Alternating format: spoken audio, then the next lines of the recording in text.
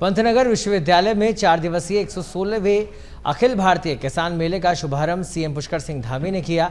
अखिल भारतीय किसान मेला एवं कृषि उद्योग प्रदर्शनी 2024 के शुभारंभ समारोह में सीएम धामी ने संबोधन भी दिया।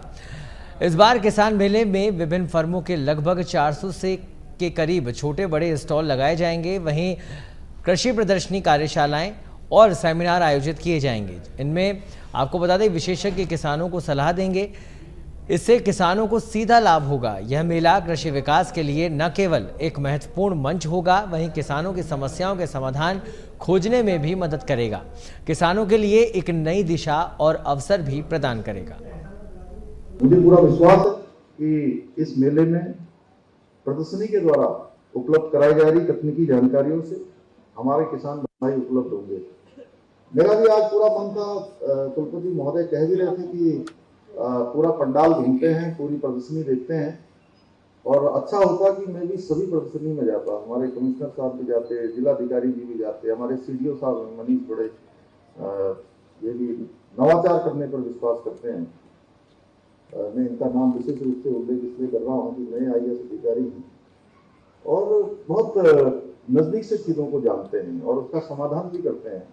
तो निश्चित रूप से ये हमारे कृषक भाइयों के लिए और कृषि को आगे बढ़ाने में अपना योगदान देते, लेकिन थोड़ा सा पूर्व निर्धारित कार्यक्रम होने के कारण से मैं कुछ ही एक स्टॉल देख पाया, लेकिन मन से मैं सारी स्टॉल देख रहा हूँ कि वास्तव में हमारे विश्वविद्यालय के द्वारा बड़ा प्रयास किया गया है और विश्वविद्यालय लगातार प्रयास भी कर रहा है।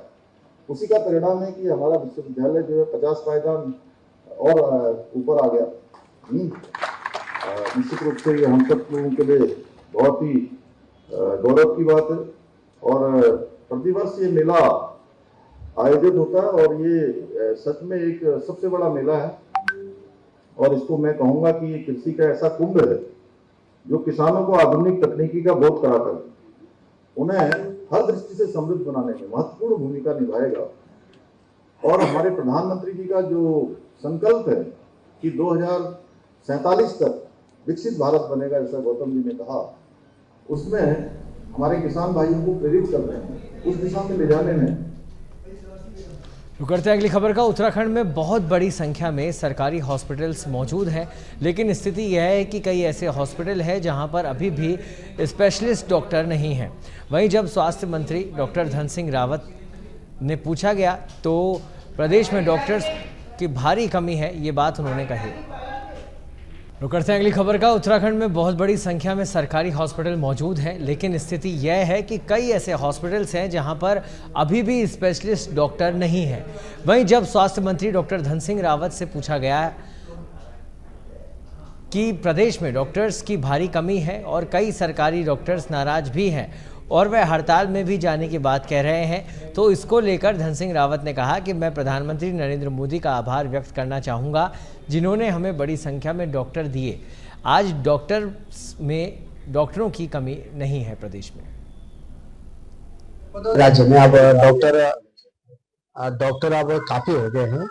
मैं प्रधानमंत्री जी का भी, देश के स्वास्थ्य मंत्री जी का भी, मुख्यमंत्री जी का भी धन्यवाद देना चाहता हूँ कि अब हरिद्वार मेडिकल कॉलेज इस साल से हमारा शुरू होने जा रहा है। 100 सीटें हमको मिल गई हैं और मैं कह सकता हूं कि छोटे प्रदेश में 2 वर्षों में हमको 2 नए मेडिकल कॉलेज मिल चुके हैं। अब अगले साल हमारा उधम सिंह नगर मेडिकल कॉलेज भी शुरू हो जाएगा, फिर उससे अगले साल हमारा पिथौरागढ़ मेडिकल कॉलेज भी शुरू हो जाएगा। केदारनाथ विधानसभा में कुछ दिनों में उपचुनाव होने हैं। उपचुनाव को लेकर भाजपा की क्या तैयारी है, किस तरह से भाजपा पूरा रोड मैप तैयार कर रही है, इन सब को लेकर हमारे संवाददाता ने बीजेपी के प्रदेश अध्यक्ष महेंद्र भट्ट से खास बातचीत की। चुनाव जल्दी होने जा रहा है और केदारनाथ जो विधानसभा है उसमें वो उपचुनाव होगा।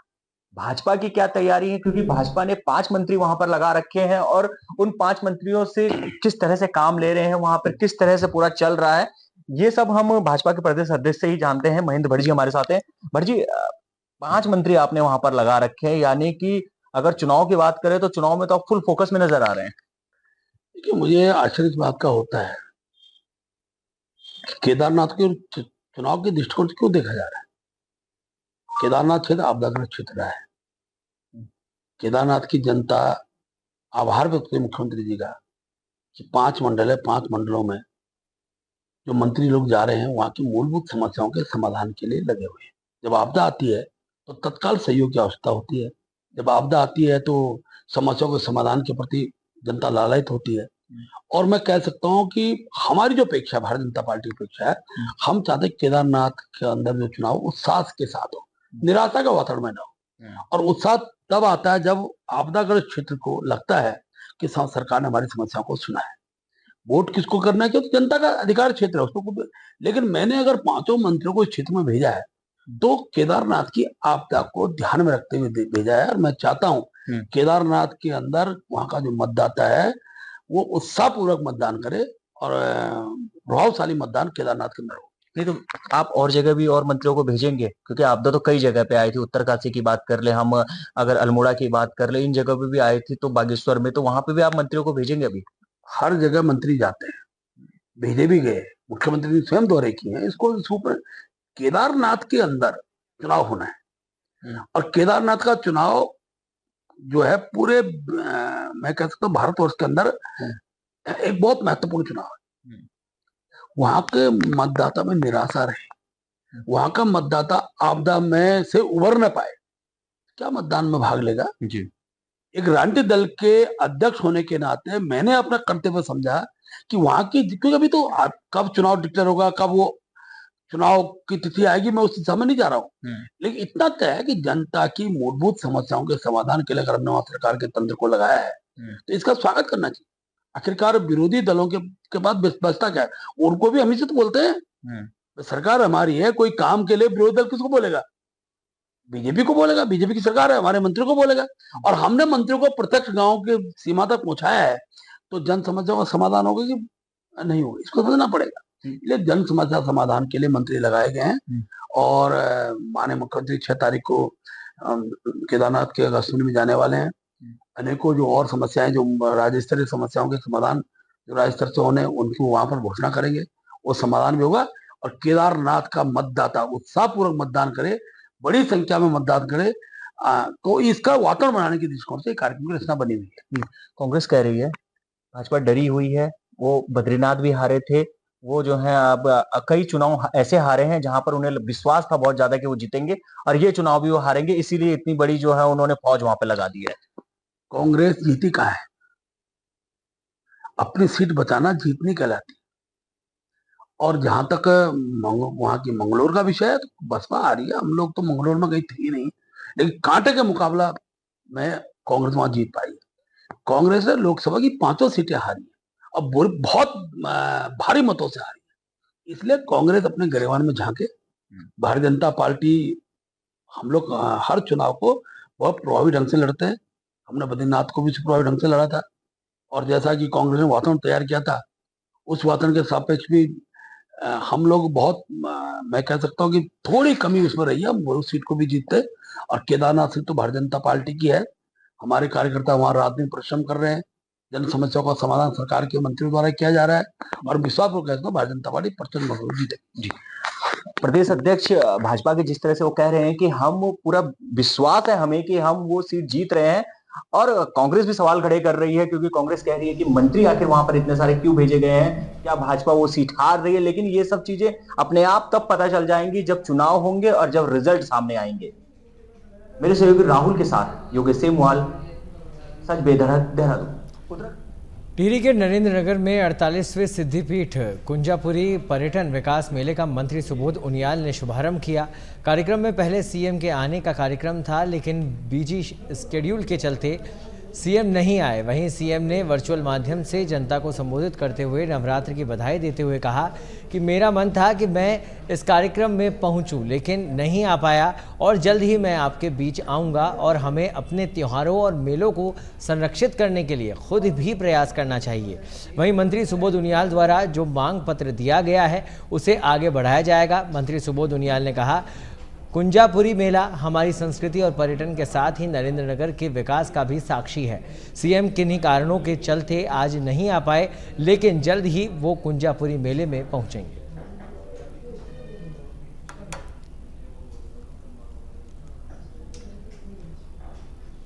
आरटीओ की एक महत्वपूर्ण बैठक गढ़वाल कमिश्नर विनय शंकर पांडे की अध्यक्षता में 16 अक्टूबर को होने वाली है। इस बात को लेकर आरटीओ प्रशासन सुनील शर्मा ने कहा कि इस बैठक में कुछ प्रमुख बिंदुओं पर चर्चा होगी, जिसमें देहरादून और हरिद्वार जिलों में डायरेक्ट प्राइवेट बसों की सेवा टिहरी और उत्तरकाशी जैसे पहाड़ी क्षेत्रों में उपलब्ध कराना जैसे विषयों पर चर्चा की जाएगी। साथ ही उन्होंने कहा कि इसमें नेशनल हाईवे पर पत्थर के टुकड़ों से मार्ग ठीक न होने की वजह से जो बसें नहीं जा पा रही थी, वह अब सरकार के निर्णय लेने के बाद जाएगी।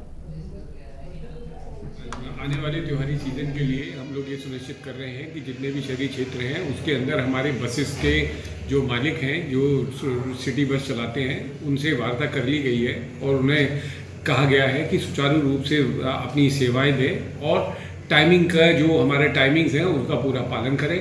इसके अलावा हम लोग ये स्मार्ट सिटी की जो बसेस चल रही हैं उनको भी फुल कोऑपरेट कर रहे हैं ताकि उनकी सेवाएं जो मुख्य मार्ग है वहाँ से लोगों को आसानी से सेवाएं मिल सकें। इसके अलावा ट्रैफिक पुलिस से समन्वय बैठाकर जितने भी जंक्शंस हैं या ऐसी रोड्स हैं जहाँ पर की जाम की स्थिति लगी होती है उसको उनसे कोऑर्डिनेट करके ऐसी जगह जहाँ जाम लग रहा है उसको खोलने के लिए जो भी हम कार्रवाई।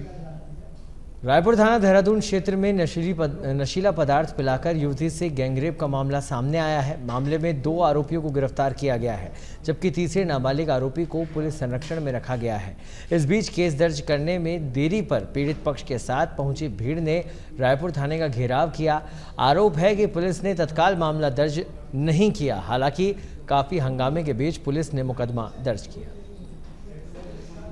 थाना रायपुर पर शाम को कुछ लोग 3 लड़कों को एक टाटा मैजिक के साथ लेकर थाने पर आए और उनके द्वारा थाने पर सूचना दी गई कि उनकी बेटी 12 साढ़े 12 बजे गायब थी और नहीं मिल रही थी, जिस पर उनकी सूचना उन्होंने 112 पर दी और साथ ही साथ परिजनों के साथ वो तलाश कर रहे थे और देर साय उनको वहाँ पर तपोवन रोड पर टाटा मैजिक में अपनी बेटी और 3 लड़के वहाँ बैठे मिले और जिसके आधार पर वो तीनों लड़कों को यहाँ ले आए और बेटी को जो है अस्पताल में उन्होंने अभी एडमिट कराया प्राथमिक उपचार के लिए। चूँकि सूचना संवेदनशील थी, तत्काल जो है लिखित कोई कंप्लेन आने के पहले ही यहाँ पर जो कितने भी सीसीटीवी फुटेज थे और जो सस्पेक्टेड थे उनकी कॉल डिटेल मंगा ली गई थी और उसके अवलोकन से अभी प्रथम दृष्टया ये पता चला कि जो 2 लड़कों के नाम इसमें बताए गए थे वो अन्यत्र स्थानों पर थे और करीब 2:30 से 3 बजे उनको फुटेजेस भी देखी गई, वो एक अन्य रोड पर वहाँ पर मौजूद थे। इसके बाद वो टाटा मैजिक में बैठ कर कहीं शहर में तपोवन रोड तरफ घूमते दिखाई दिए। चूँकि अभी बहुत सारी फुटेजेस पुलिस ने कलेक्ट। उत्तराखंड में 16 लाख घरों में स्मार्ट मीटर लगाने का अभियान है, लेकिन जनता ने यहां प्रीपेड स्मार्ट मीटर का लगातार विरोध किया है। वहीं जनता के गुस्से को भुनाने में यहां की विपक्षी पार्टी कांग्रेस जुटी हुई है। सरकार द्वारा विद्युत वितरण व्यवस्था को निजी हाथों में दिए जाने के खिलाफ कांग्रेस ने प्रदेश के कई जिलों में विरोध प्रदर्शन शुरू कर दिया है। इस बारे में कांग्रेस नेताओं ने कहा कि सरकार इस मीटर के जरिए जनता पर आर्थिक बोझ बढ़ा रही है। कांग्रेस नेताओं का कहना है कि शासन की इस मनमानी के खिलाफ कांग्रेस सड़कों पर उतरेगी। कांग्रेस अब क्या कहूं मैं कि बिजली चोरी रोकने के लिए प्रयास हो रहे हैं, स्मार्ट मीटर लग रहे हैं और कांग्रेस इसमें भी नुक्स निकाल रही है। तो कांग्रेस क्या चाहती है? क्या वो चोरों के साथ खड़ी है क्या, जो बिजली चोरी कर रहे हैं? या कांग्रेस इस संस्कृति को बढ़ावा देती है क्या? अरे सरकारें उन्होंने भी चलाई है, कुछ अच्छे काम सरकार करती है, तो आप सराहना नहीं कर सकते तो चुप तो रह सकते हैं कम से कम। आखिर बिजली का इतना क्राइसिस होता है, समस्या हमारे सामने खड़ी होती है, कई बार हमको बिजली खरीदनी पड़ती है बाहर से। नहीं, ये फिर एक खेल है, फिर पूंजीपतियों को फायदा पहुंचाने के लिए और गरीब जनता को पीसने के लिए ये खेल शुरू कर दिया है।